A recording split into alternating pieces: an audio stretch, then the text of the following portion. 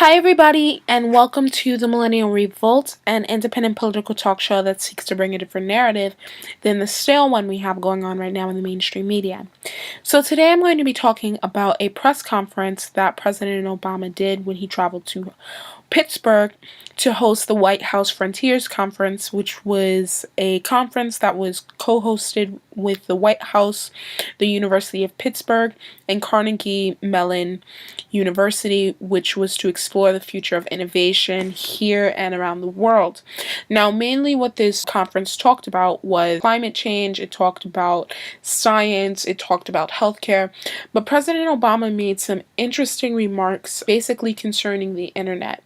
And that's what this video is mainly going to be about. So I'm going to have you guys take a look at these two clips, and then we're going to discuss. I think the way I would like to see us operate, and we're not there at the moment, and it'll never be perfect, is yes, significant debate, contentious debate, but where we are still operating on the same basic platform, basic rules about how do we determine what's true and what's not. And one of the ironies, I think, of the internet has been the degree to which it's bringing us unprecedented knowledge, but everything on the internet looks like it might be true. And so in this political season, we've seen you just say stuff. And so everything suddenly becomes contested. That I do not think is good for our democracy, and it's certainly not good for science or progress or government or fixing systems. We've got to be able to agree on certain baseline facts. Okay, so that is clip 1, and I'm going to show you guys clip 2 right now. It's relevant to the scientific community. It's relevant to our democracy, citizenship. We're going to have to rebuild within this wild, wild west of information flow some sort of curating function that people agree to. I use the analogy in politics. It used to be there were 3 television stations and Walter Cronkite's on there, and not everybody agreed, and there were always outliers who thought that it was all propaganda and we didn't really land on the moon, and Elvis is still alive and so forth. But generally that was in the papers that you bought at the supermarket, right, as you were checking out. And generally people trusted a basic body of information. It wasn't always as democratic as it should have been. And Zoe's exactly right that, for example, on something like climate change, we've actually been doing some interesting initiatives where we're essentially deputizing citizens with handheld technologies to start recording information that then gets pooled. They're becoming scientists without getting the PhD. And we can do that in a lot of other fields as well. But there has to be, I think, some sort of way in which we can sort through information that passes some basic truthiness tests, and those that we have to discard because they just don't have any basis in anything that's actually happening in the world. And that's hard to do, but I think it's going to be necessary, it's going to be possible. I think the answer is obviously not censorship, but it's creating places where people can say this is reliable. And I'm still able to argue about, safely about facts and what we should do about it, while still not just making stuff up. You know why this is extremely upsetting to me, and it sounds very Orwellian, what he's saying, is because who gets to decide what is true? Are we supposed to believe our mainstream media such as CNN, MSNBC, Fox, ABC, NBC? Who are we supposed to believe? The New York Times, when they were running full-page ads basically saying that Saddam Hussein had weapons of mass destruction before the Iraq War started, and that turned out to be a lie. Who are we supposed to believe? The Washington Post, which is working hand in hand with one presidential campaign, basically a PR firm. How can we stand on a moral high ground as a country when our president is criticizing Russia and China and North Korea for censoring their internet, when we're trying to do the same thing to our own people slowly but surely? When Pew Research says that trust in the media is at 6%, there is a reason why. There is a reason why. So when you start saying things like, well, we need to basically start censoring the information and basically control the narrative so we only have one or a few people basically telling us what's true, that is extremely dangerous.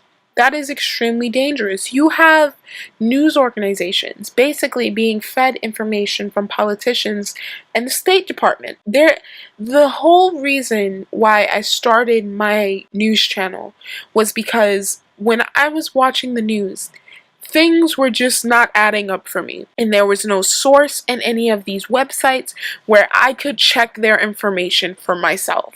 That's why I make it a personal fact for me to list every single thing where I quote from so people can look for themselves and draw their own conclusions. And I think it's extremely dangerous when you have a president saying that he wants to censor the internet. Maybe not in those direct words, but you're implying it. You're implying that we basically need to limit the amount of information, because you're saying, well, people are putting things on the internet that are conspiracy theories that are not matching up what we're trying to tell the public.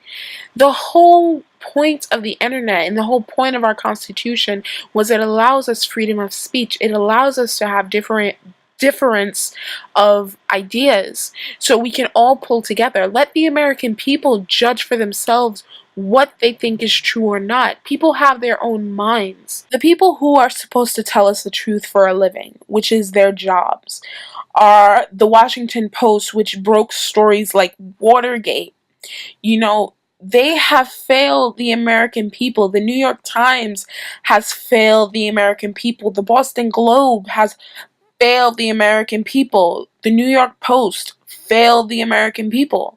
You have had our news organizations, our television news channels turn into PR firms for candidates. So if they're doing this during this election, what makes anyone think that they're telling the truth when they're speaking about Syria, when they were speaking about Ukraine, when they were speaking about Libya? We know they lied about Iraq. You had a whole administration pushing out lies, the Bush administration and the mainstream media going along with it, and not one person saying, hey, this is not adding up. It's truly Orwellian when you have the President of the United States, the most powerful person in our country, basically dancing around the idea of censorship and not saying it in oh so many words, and the people around him are just clapping like it's the greatest thing that they've ever heard. People are willingly giving their freedom of speech, their constitutional rights